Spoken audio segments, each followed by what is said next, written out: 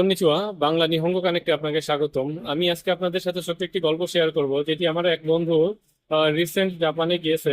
নতুন একটা কোম্পানিতে জয়েন করেছে।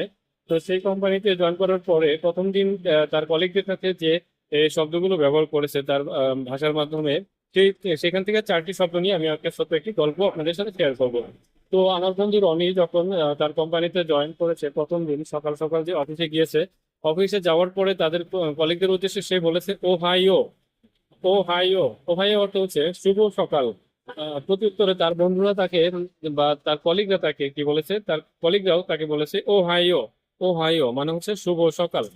তো যাই হোক, কাজকর্ম যারা শুরু করেছে, কাজ করার পর এক সময় তাদের কাজে একটা ভুল হয়েছে। তো তো নর্মালি আমরা কাজ ভুল করলে সাধারণত আমরা বসের সামনে কি বলি, সরি বলি। তো তারা এই সরির শব্দটাকে তারা জাপানিজ ভাষায় বলে গোমেন নাসাই। গোমেন নাসাই অর্থাৎ সে যখন কাজটা ভুল হয়েছে তার বসকে সে কি বলেছে, গোমেন নাসাই।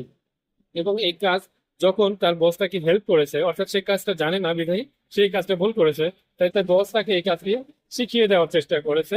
অর্থাৎ তাকে যখন শিখিয়ে দিয়েছে, তো সে শেখার পরে তখন তাকে তো অবশ্যই তাকে ধন্যবাদ জানাতে হবে বস। তো সে তার বসকে বলেছে আরিগাতো। আরিগাতো অর্থাৎ হচ্ছে ধন্যবাদ। আমরা নর্মালি থ্যাংক ইউ বা ধন্যবাদ জানাই। তো সে জাপানিজ ভাষায় বলেছে আরিগাতো। তো কাজ শেষ, সারাদিনের কাজ শেষ, কাজ শেষে যখন সে অফিস থেকে চলে আসবে, সবাইকে তো গুড বাই বলে আসতে হবে।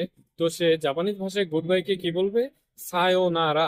সায়োনারা অর্থাৎ সে তাকে কলিগদের উদ্দেশ্য করে বলেছে সায়োনারা অর্থাৎ বিদায় বা গুড বাই বলে তার অফিস সেদিনের মতো শেষ করেছে।